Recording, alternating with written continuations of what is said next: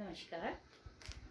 जैसा कि हम सभी जानते हैं कि मैथमेटिक्स की एक सबसे बड़ा ड्रॉबैक ये है कि बच्चे इस सब्जेक्ट से दूर इसलिए भागते हैं क्योंकि इसमें उन्हें फॉर्मूलाज जो है वो लर्न करने पड़ते हैं।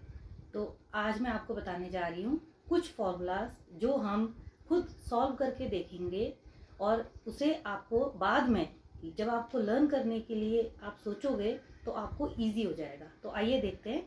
आज हम बात करने जा रहे हैं सिलेंडर के बारे में कि सिलेंडर क्या है, उसकी शेप क्या है और उसके रिलेटेड हम कुछ फॉर्मूलाज देखते हैं कि कैसे फाइंड होंगे। अब देखिए, सपोज ये कौन सी शेप है, सर्कल। ये जो पूरी बैंगल है ये सर्कल नहीं है, इसका जो सिर्फ आउटर पार्ट है उसको हम क्या बोलेंगे, सर्कुलर शेप। बैंगल का शेप जो है वो सिलेंड्रिकल होता है। अब हम देखते हैं कि इस बैंगल को अगर हम एक के ऊपर एक रखते जाएंगे इस तरह से, तो काफी सारी बैंगल्स को रखने के बाद हमें एक ऐसी शेप मिलेगी जिसको हम बोलेंगे सिलेंड्रिकल शेप। अब हमने क्या किया, एक कागज का टुकड़ा लिया। ये हम सभी जानते हैं ये कौन सी शेप है, रेक्टेंगल। ये इसकी लेंथ है और ये क्या है, इसकी ब्रेड्थ है। अब हमने इस पेज को इस सिलेंड्रिकल शेप के चारों तरफ रैप कर दिया अच्छे से, जिससे कि ये इसको कवर अप कर ले इस तरीके से। ये देखिए। अब देखते हैं कि ये जो पेज था हमारे पास, इसकी जो लेंथ थी, इस लेंथ को जब हमने पेज को इसके चारों तरफ रैप किया तो ये जो लेंथ है इसने कौन सा शेप ले लिया, सर्कल का शेप ले लिया इस तरह से। ये बन गया सर्कल। और जो इस पेज की ब्रेड्थ थी वो क्या बन गई, वो हाइट में बदल गई। ये देखिए इस तरह से, ऐसे। तो अब इसका कर्व्ड सरफेस एरिया मींस क्या है, ये जो बाहर का पार्ट है जिसको हम ऐसे फील कर रहे हैं, इसको हम बोलेंगे curved surface area of the cylinder. अब देखिए कर्व्ड सरफेस एरिया का फॉर्मूला हमने कैसे निकाला।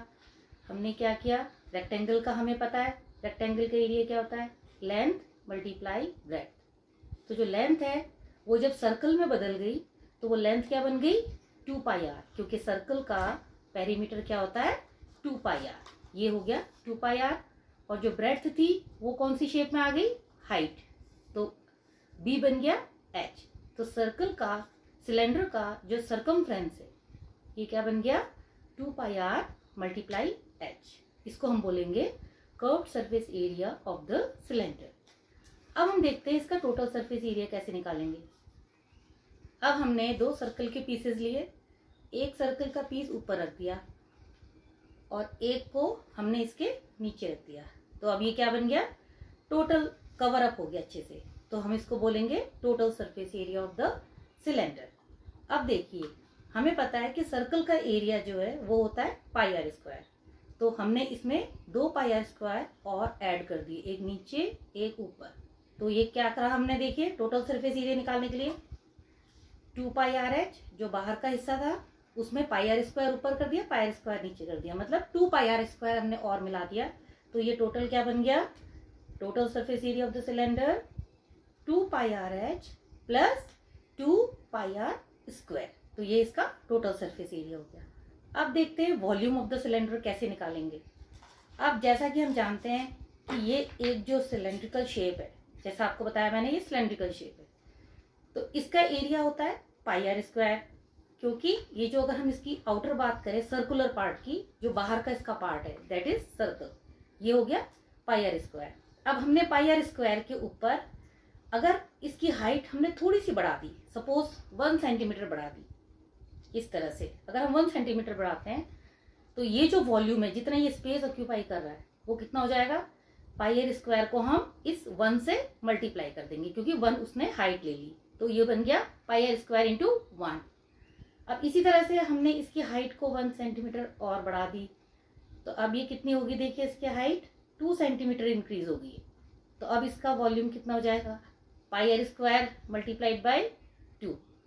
सिमिलरली अगर हम ऐसे ही करते रहेंगे तो फाइनली क्या होगा, हमारे पास सिलेंडर की एक अननोन हाइट आ जाएगी, हमें नहीं पता ये हाइट कितनी है।